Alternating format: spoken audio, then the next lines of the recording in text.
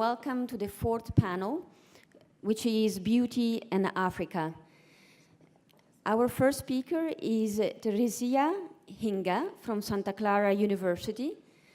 She will speak on Of Kente Cloth, Rainbow Nations and the Virtue of Pluralism, Navigating the Beauty and Dignity of Difference in Search for a Livable Future in Africa. Each speaker will have 20 minutes, after which the floor will be open for questions, and we will have to be a bit strict with the questions and for time for questions, because by 5:30 we need all to start moving to get at hall. So thank you very much, and join me in welcoming Teresia Hinga.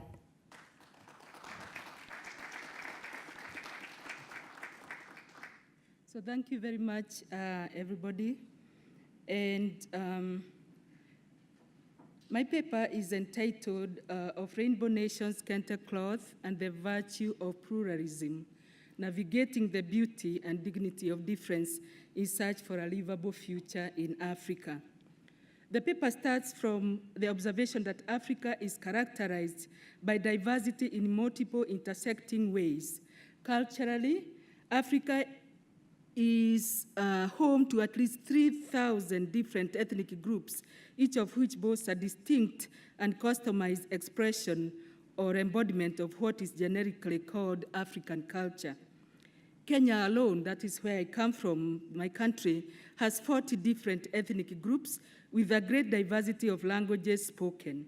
In terms of religion, Africa is heir to what has been called a triple heritage of religions and culture, namely Islam, Christianity, and African indigenous religions.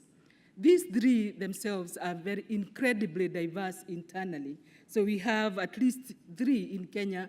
Speaking of Kenya, we have at least three versions of Islam. We have the Sunni, we have the Aga Khan Ismaili version of Islam, and we also have lately the version of Islam from Turkey. This is the Hizmet or Gulen movement. In terms of Christianity, we have Catholics, Methodists, Presbyterians, African independent churches, 6,000 of them, and so forth and so on. And in terms of African indigenous religions, we have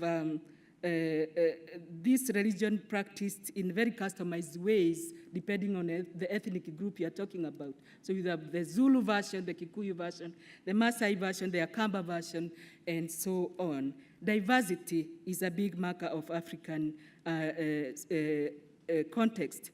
So the paper examines how Africa has dealt with this reality of palpable difference and with what consequences for a continent seeking a livable future.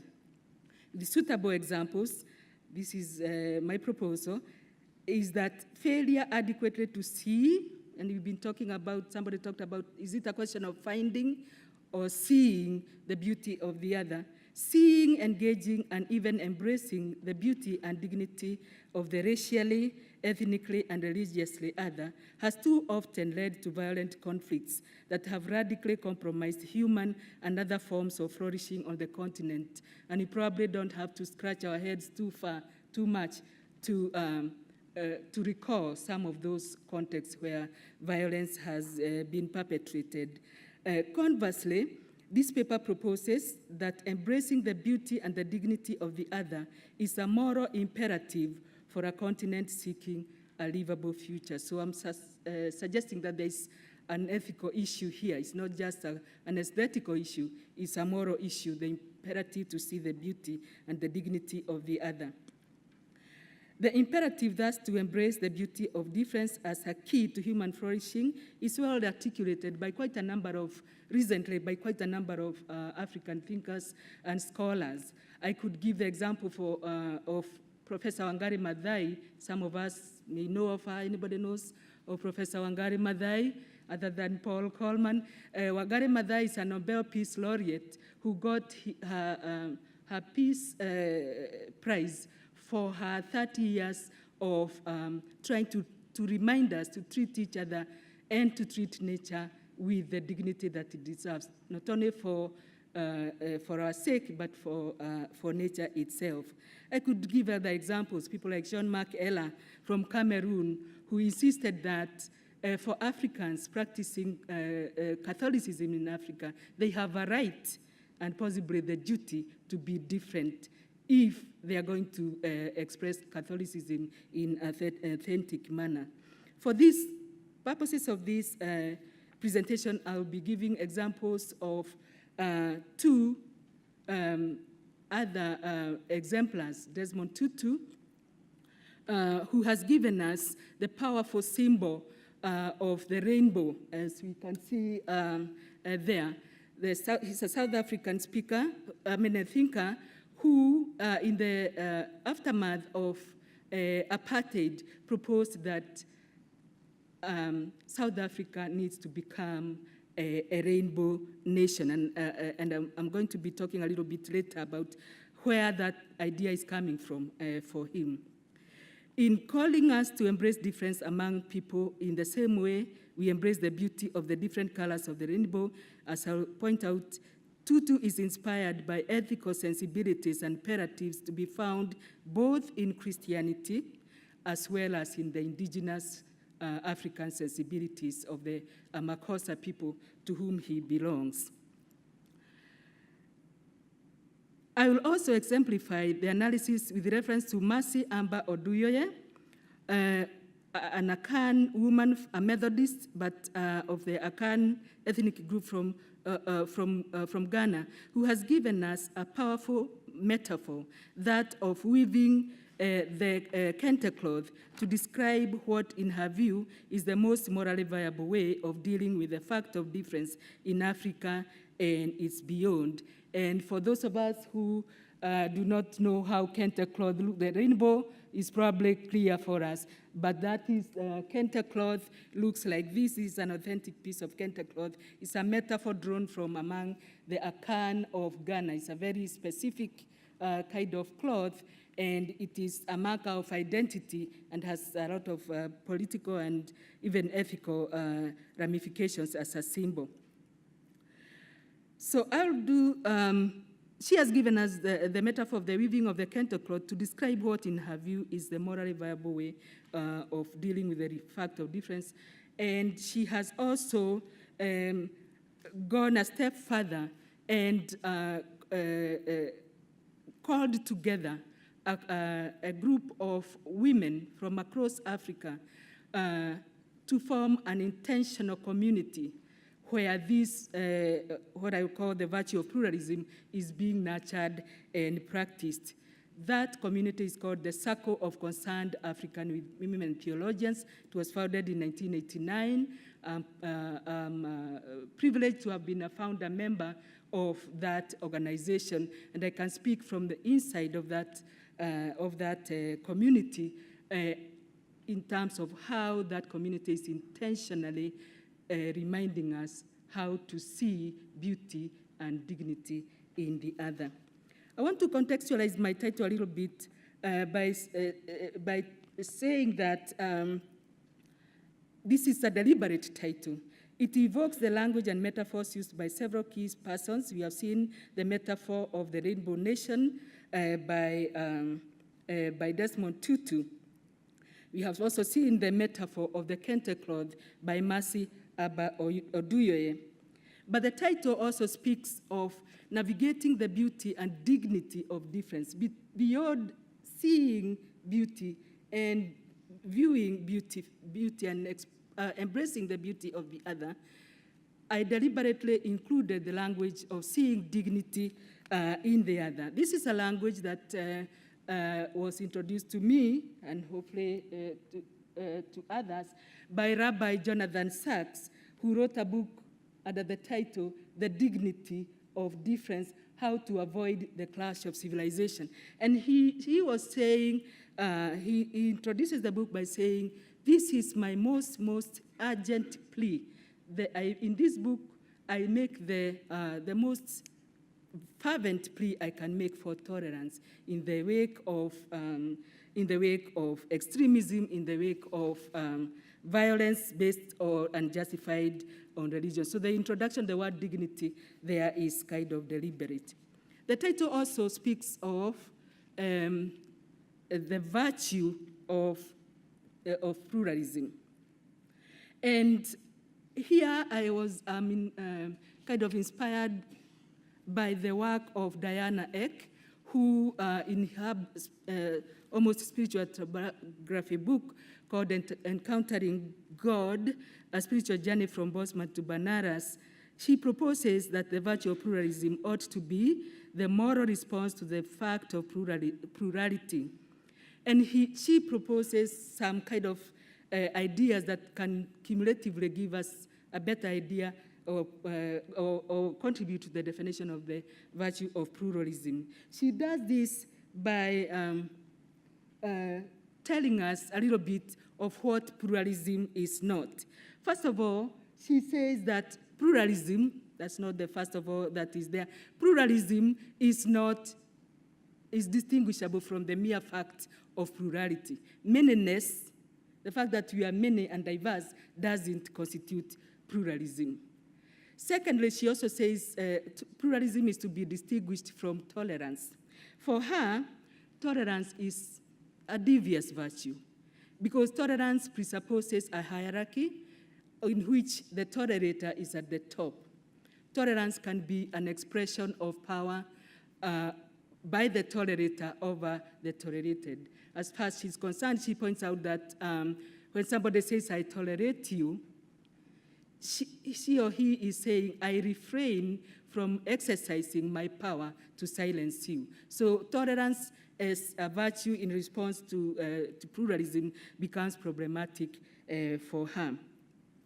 She also considers tolerance not to go far enough in calling us our attention to the duty also to question our own sense of self in relation to others. Tolerance assumes we are good and we are even better than everybody else. And so, although tolerance is a good step away from raw hostility, it does not take us far enough. She also distinguishes pluralism from syncretism. She says pluralism is not a question of like taking this, that, and the other and just combining it and making one big happy blob of something. Rather, pluralism is a strategy for mutually engaging the other. Its goal is not to eliminate difference, but to negotiate and to navigate and to engage around that difference for the purposes of mutual understanding and mutual respect. She also distinguishes pluralism from mere relativism, because for her, sometimes relativism can lead to a sense of, nothing really matters. If everything is true sooner or later, sometimes or other, exactly what do you stand for? And that sometimes, as they say, if you stand for nothing, you fall for anything.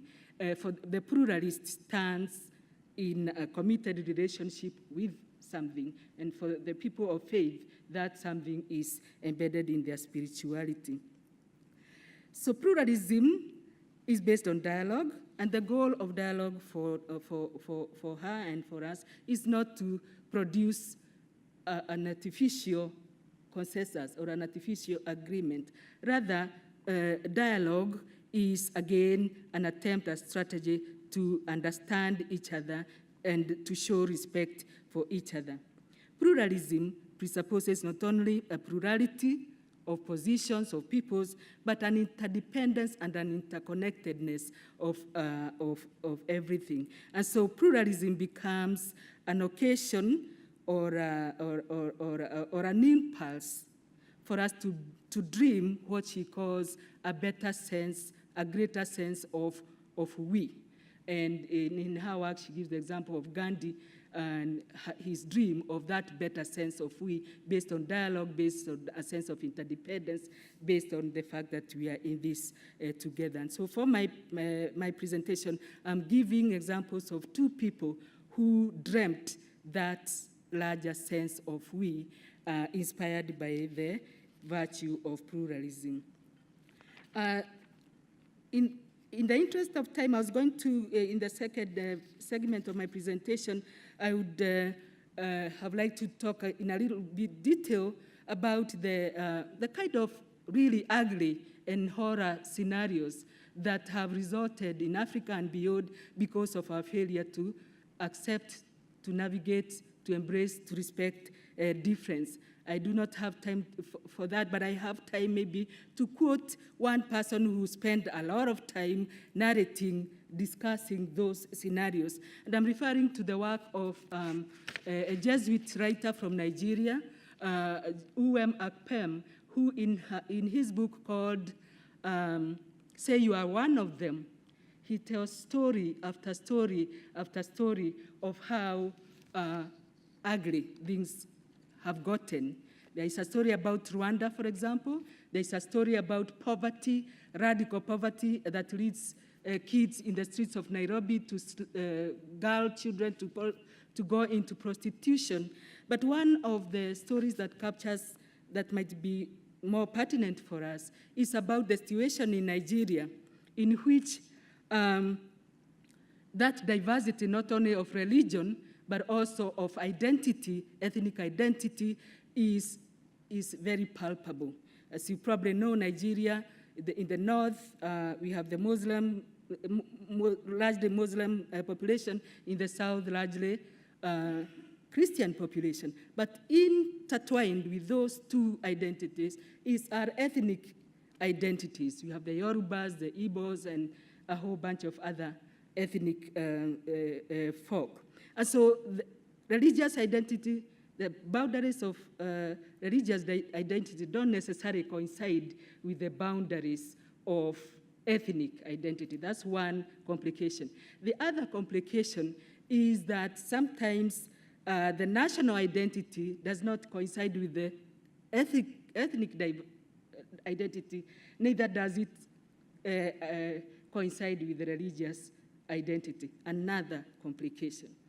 Neither does our analysis sometimes factor the reality that many of us belong to multiple places simultaneously. There's the whole question of hyphenated identity. And so we have not just Christians in southern Nigeria, but African Christians. Not just African Christians, but Yoruba Christians. And so this story in Ukpem's book is about that complexity. This is the story of a young man born by southern parents from the south, mainly Christian.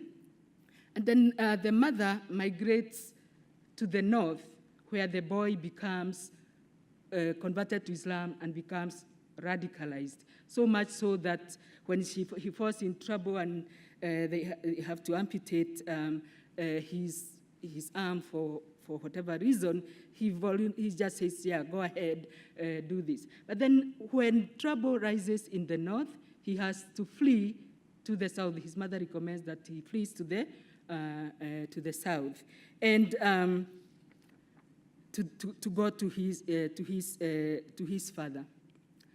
Unfortunately, he has to travel in a bus full of Southerners, most of them purportedly Christians. And at one point, they are pressing him to, who are you? Why do you have your hand permanently in your pocket? What are you hiding in there? And he's hiding his hand because it is the perfect identifier. He has the rosaries on his neck and so forth, but he can't hide his Islamic identity because he's already amputated. And under pressure from this group, he's pressured to identify himself, and a lot of things are going on through his mind, and I want to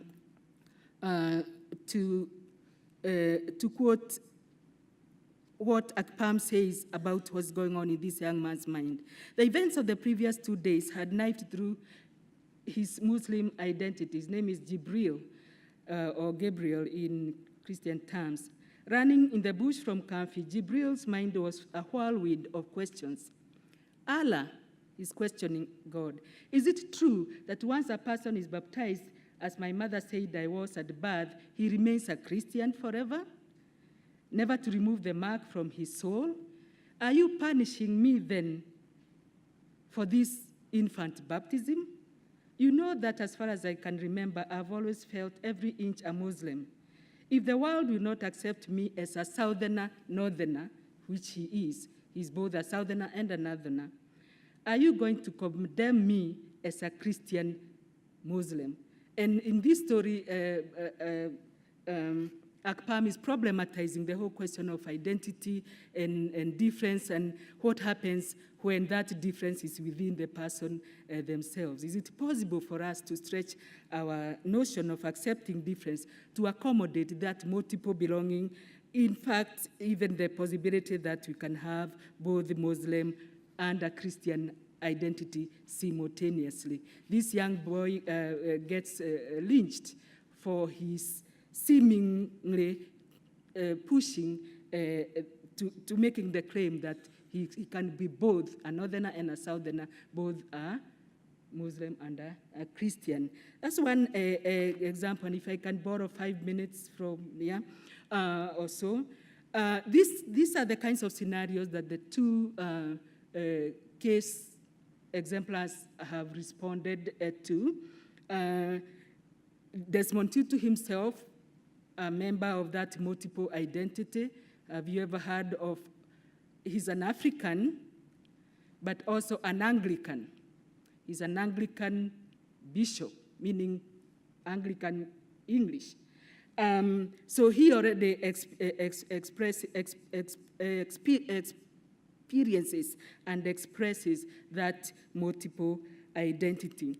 And in this segment, very quickly, because the 20-minute rule, I examine his rationale for making the claim that we need to rediscover the beauty of the other, the kind of beauty reminiscent of a rainbow. And his idea of pluralism is rooted in both his Christian faith, where he borrows the whole idea of everybody is made in the image of God. And if this is the case, everybody has intrinsic value and dignity. All human beings share a common identity, and therefore they have a common task to take care of each other and the earth that they call their home. On the basis of this Christian logic, he proposed and wrote a whole book, or rather a collection of his writings rationalizing his proposal for pluralism, the call for a rainbow people of God. And in one of these, the writings in this book, he writes a letter to the then Prime Minister in 1976 during on the eve of the Soweto uprisings, and argues the case for pluralism, and they argues the case against racism by saying this: I'm writing to you as one who has experienced the joys and anguish of family life, its laughter, its sorrows, and its pangs. I'm writing to you as a human person to the other. I'm writing to you as a human person to another human person, gloriously made in the image of the self-same God and redeemed by the very same Son of God and sanctified by the same Spirit. And over again in many of his sermons and his presentations, he makes recourse to that thought. Human beings are made in God's image, and therefore to treat any of them as less than is not only, for him, it's not only wrong, it's not only evil, it's not only painful for the victim, it's in fact blasphemous. He says it's like spitting in the face of God. The other side, the other leg of his rationale for a rainbow people of God, a pluralism in which everybody is embraced and given the relevant dignity, is his roots in African culture. One of the things that I meant to mention when defining pluralism is the very fact that truth is relative, the relatives do make a point, that there is always a point of view. You see truth, you perceive beauty from a certain location. There is a worldview.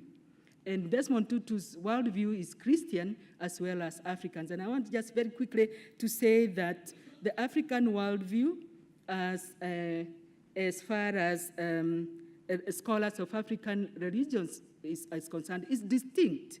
There are overlaps. And there are 4 aspects of this worldview, as far as some of the scholars, I'm thinking of a scholar called Mosha, who identifies in the very same way we have the credo statements, we believe in God, or the Shahada, there is no God but God. Africans have this, what we could call a credo statement. Believe in God, that one Christianity and African religions share. There is also the belief that there is an interconnection between the individual and community, a truism that is captured by Beatty when he says, in the African context, the thought is not, I think, therefore I am, but we are, therefore I am. That intimate link between the identity of the individual and the community. The third piece of this is that we believe, Africans believe that life is in process of formation and transformation. And the fourth one is that life is an interdependent, living interdependent whole. And so he draws on this,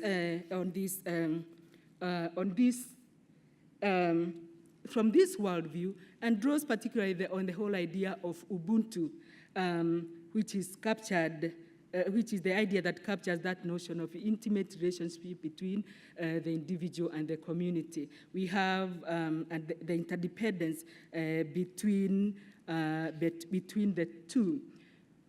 Drawing on this African spirituality enabled Tutu to propose that change is possible, a new South Africa is possible. If it's true that we are in process of formation and transformation, then we can meaningfully speak of a new South Africa.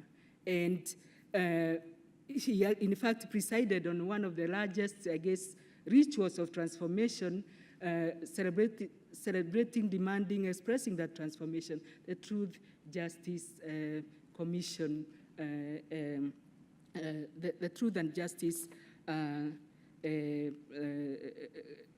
process as a ritual, marking, celebrating the transformation into a new people of God. She also delights in arguing all the time that we cannot move alone. We belong to the bundle of life. We have no choice than to go together. We can only be saved together, live together, because we have no choice. We belong to the bundle of life. And I could have read some more examples of what Tutu is saying. I want to suggest that Mercy Oduyoye is also involved in a similar kind of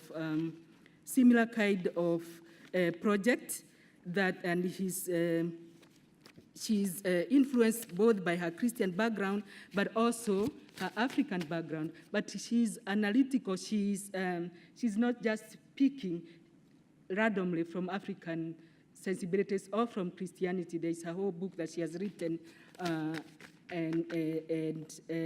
many others written by the Circle of Concerned African Women Theologians. And I'm aware that I have less than 1 minute for these purposes, but I want to say that she, like Tutu, proposes that we need to embrace pluralism. And she did not just state that or claim that. She went ahead and deliberately called together this group of diverse African women and created a community that is intentionally working towards solutions of the many problems that the world faces, reminding the world that women have agency too. They're not just victims, but they have agency. They have something to offer. And I want just quickly to say that this group was convened in 1989. For the last 30 years or so, they have been writing and researching and talking and dialoguing, and I have, in other contexts, summarized and synthesized the outcomes of that 30 years of collective collaborative work. But I want to say that this group had 7 goals, stated 7 goals to itself: to encourage and empower the critical study of the practice of religion in Africa, critical study, not just imbibing; to publish theological literature by African women, and there's a website, you can see these books that they have published; to undertake research that unveils and names positive and negative cultural factors, beliefs, and myths. Today we had some of the concerns about religions like Islam and its texts, but the Africans, women are determined to expose both. And let me read the 7th one, which is directly relevant for us: to promote ecumenism and cultural pluralism. For them, this is a task, it's a moral imperative, and they have been doing it. In the last few pages, I talk about how they are not just talking about dialogue, they are actually involved in dialogue, and we can maybe speak about that in question time. In what ways are they walking the talk of pluralism? Not easily, but they are walking the talk. Is to describe this task that Mercy Oduyoye coined the metaphor of the Kente cloth, weaving a new Kente cloth. And I meant to show you all these religious diversities that characterize the continent. And so to wrap it up for now, let me just read quickly what...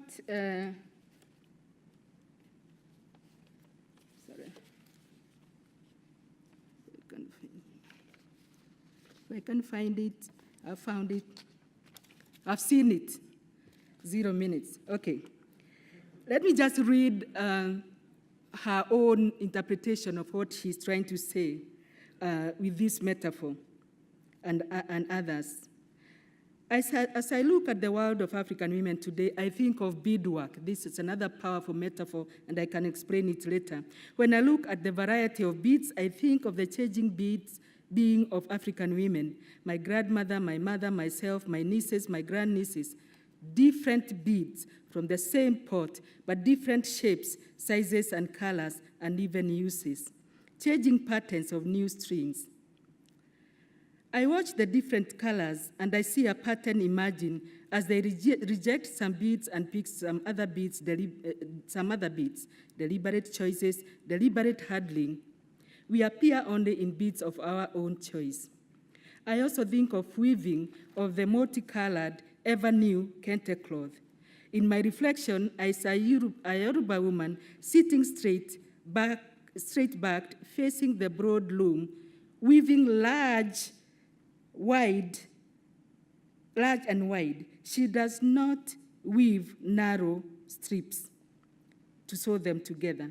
She sews a whole universe of cloth, several colors, blending, clashing, but forming one piece.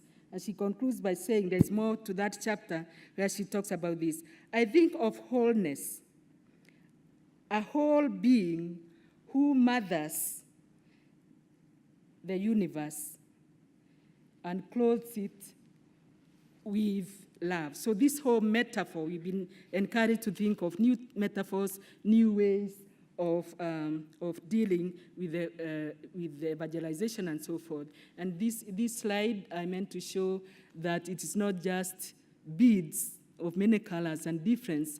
Some of the task involves stringing these beads together to make a coherent, beautiful piece of jewelry. I will stop it there and will comment later. Thank you.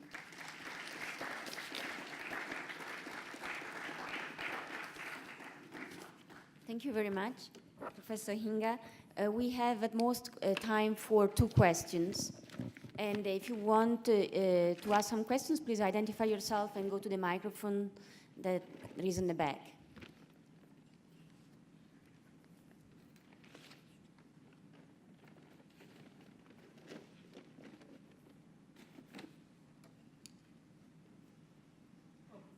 Well, let me ask you a question then. I'm interested in hearing more about the idea of diversity within the same person and identity. How do you make a sense of that yourself?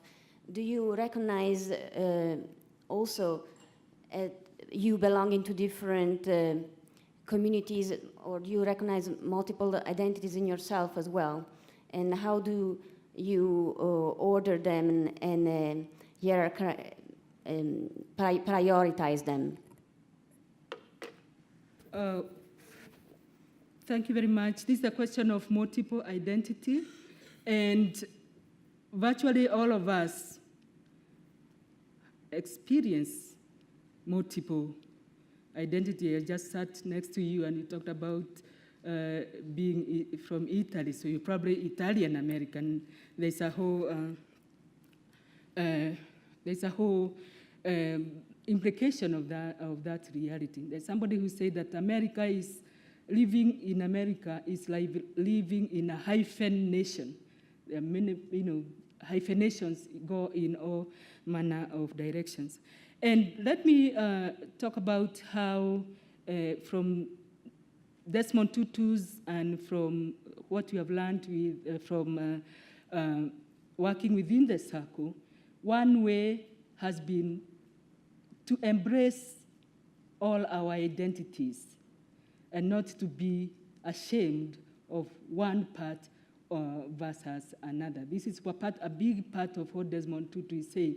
One of the horrible outcomes of apartheid was to make Africans feel and almost internalize the thought that being Africa is somehow wrong. And part of the liberation, that the sense of pluralism and accepting of multiple identities, including the identities within ourselves, is that recognition that there's nothing wrong with being African. 6,000 African churches were born out of that realization. The Christian missionaries said, stop being African to be Christian. And they say, how is that possible? You cannot stop being African. So they coined a version of Christianity that allowed them to be both and. And I think today's society, we are so kind of melding and meeting and engaging. Tomorrow I'll be going to see my grandchild, and for her it's already a hyphenated reality. She's both and. So when it comes to, let's say, celebrating holidays, national holidays, do they do 4th of July, or do they do the 12th of December, or do they do both? I think she has begun to reflect on that, and I hope nobody is going to tell her that 4th of July is the day and forget the 12th of December. That's the Kenyan holiday. On the other hand, she might just she has the choice to choose both or neither, or create something new. That is the beauty of this whole idea of pluralism. I'm intrigued by the way her father is supposedly white, her mother is supposedly black, but when she draws them, she doesn't draw them black. Of course, her mother doesn't look like this, neither does her father look like that piece of paper. And when we ask her what color is that, she says, my dad is peach and my mother is brown. So she's already beginning to navigate this kind of reality, and it's not going anywhere. It's a challenge, but we are, I propose that the virtue of pluralism will take us closer to viable answers.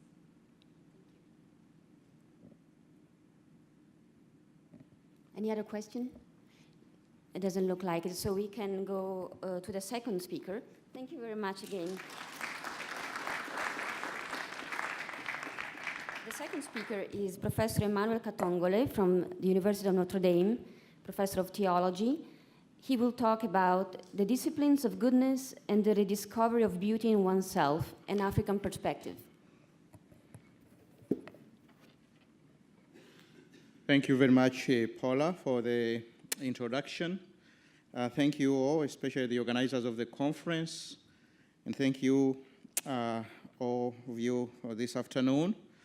I recognize the challenge of time that we have, and I'm not going to be able to read my paper, but let me just speak to the paper in a way that I can at least allow and entertain some questions, because I'm very, very much interested in what you think about what I'm about to say.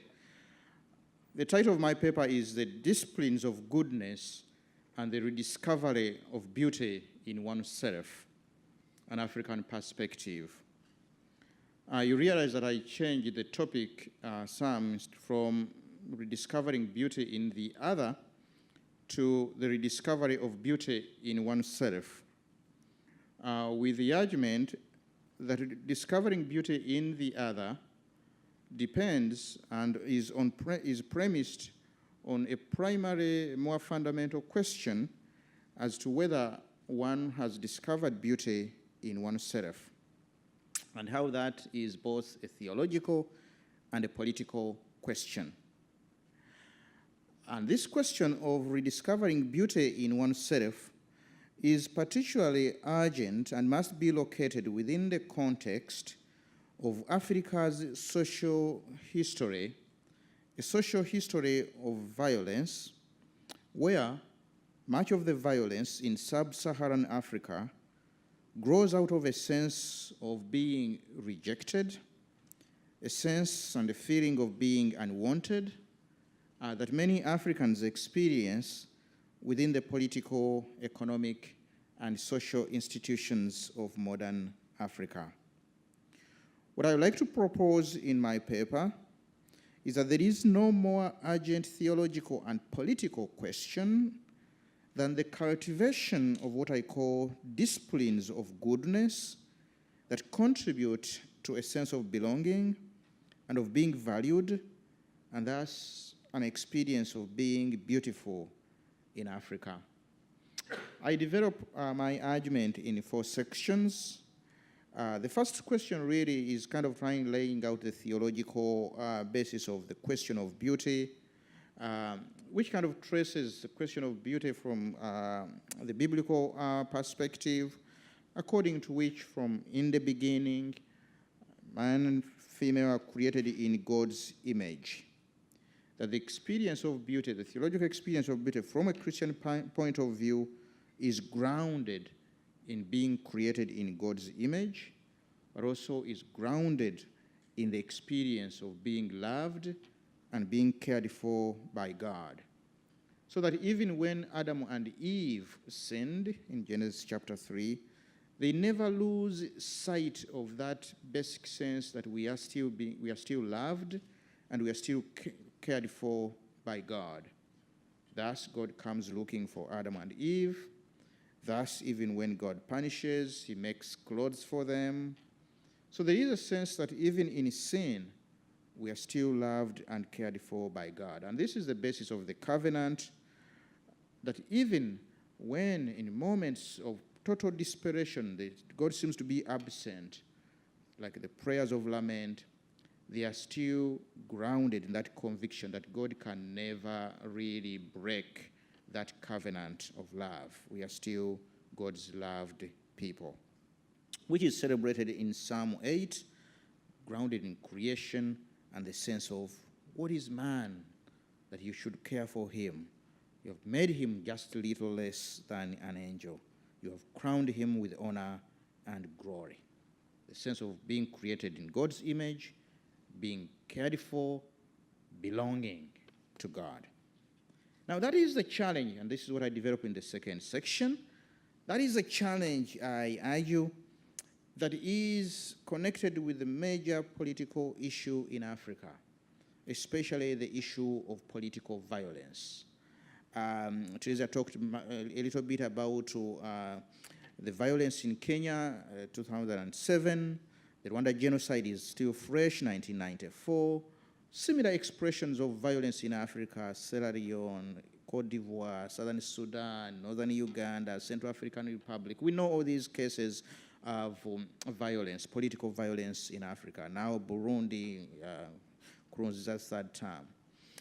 On the surface, these expressions of violence may appear as ethnic violences. They do sooner or later take on an ethnic dimension and may focus on the ethnic issue, which seems to suggest that the problem of Africa is really an issue of ethnocentrism, the lack of acceptance of people of other ethnic groups, and the challenge is how people in Africa can be brought to learn, to view, and accept the others that are different from them. But that is not the underlying problem in Africa.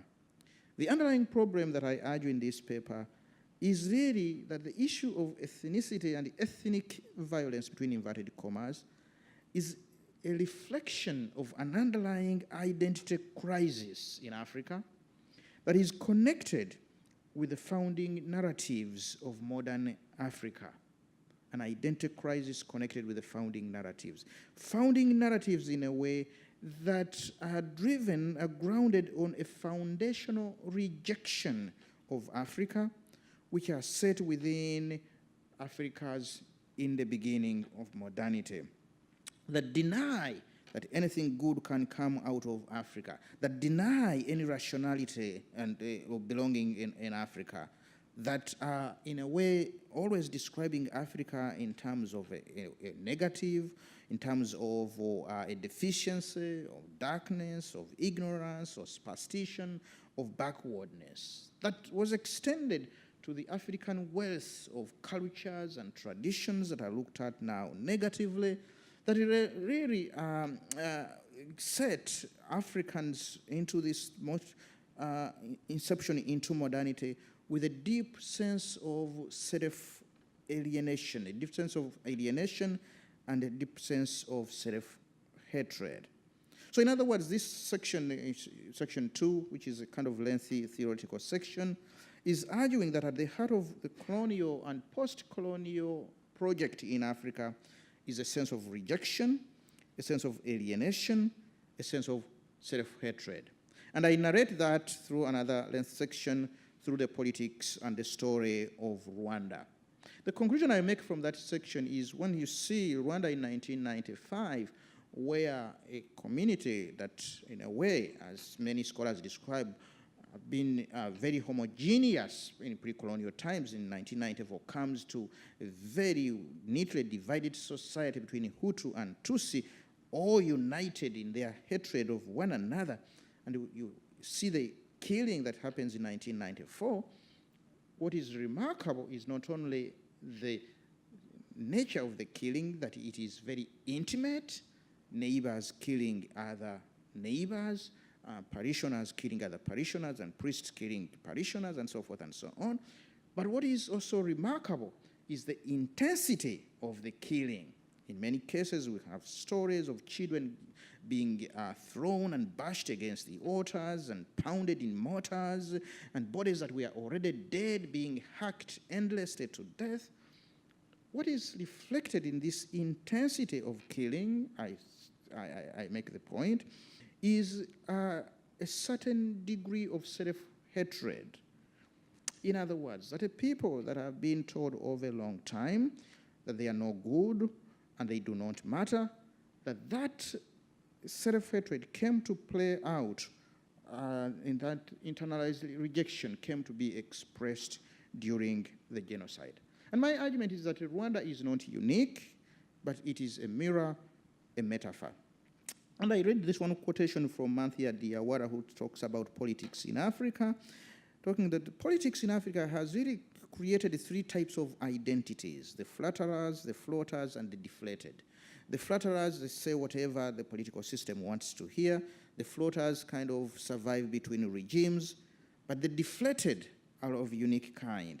The deflated constitute a race unto themselves. I do not mean the unemployed. A deflated person is someone beyond good and evil, beyond feeling the blues of unemployment. He has reached a point where he says to himself, they don't need me because I don't know how to do anything.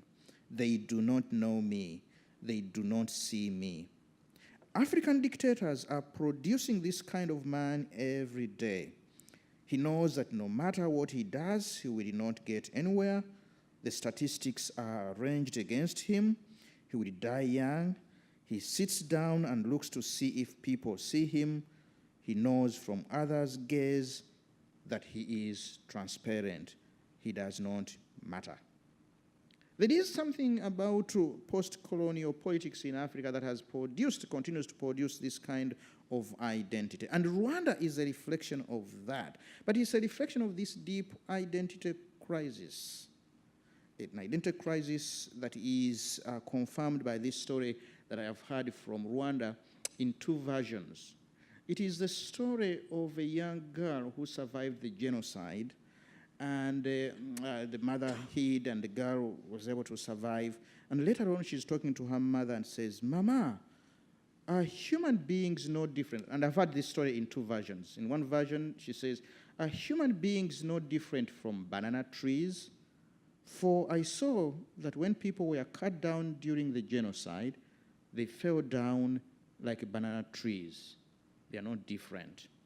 In another version of the same story, she says, are human beings no different than cows? Because when they were cut down, they fell like cows. It is the same identity crisis in a way that kind of reflects a deeper theological question. Who are we? And that is at the heart of the political project in Africa. So the third section is, how do you move from that story, human beings not different than banana trees, to a sense of Psalm 8, created little less than angels? For this, we need, I argue, disciplines of goodness that are able to ground one into the experience of one's goodness, that are able to encourage one to see oneself in the eyes of God. And I take this phrase, goodness, disciplines of goodness, from Desmond Tutu, who, when asked, why do you keep smiling? Why do you keep doing what you're doing? Why don't you give up? There's so many opportunities for you to give up. The whole world is messed up. What keeps you going? And his answer is that it's the basic ability to connect with the theological foundation and roots of who we are, made for goodness and made in God's goodness. If we are able, says Tutu, to see ourselves with God's eyes, we'll be able to see the world as it truly is. And as we allow ourselves to accept God's acceptance, we can begin to accept our own goodness and beauty. With each glimpse of our own beauty, we can begin to see the goodness and beauty in others. And then Desmond Tutu goes on to describe certain disciplines of goodness: attentiveness, rest, thinking, gratitude, joy, prayer, and forgiveness. Disciplines of goodness which keep him grounded in that story of made for goodness, and which sustain his joyful but compassionate and fierce advocacy on behalf of others. So in the last section, I try to get a sense to some of these disciplines of goodness within the context of Africa. And I reflect on the story of Maison Shalom, a community in Burundi founded by Maggie Barankise, and on the stories of some of the children that I've been looking at more recently. Maggie Barankise, herself a Tutsi, had adopted 7 children, 3 Tutsi and 4 Hutu, and during the ethnic violence of 1993, she hid the children in the bishop's house and a number of other Hutu neighbors. And then Tutsi neighbors came, including members of her family, and killed everyone, 72 people in all. But the children miraculously survived. And out of that experience, Maggie not only was able to come to a deeper sense of her own identity as God's precious child, created in goodness for goodness,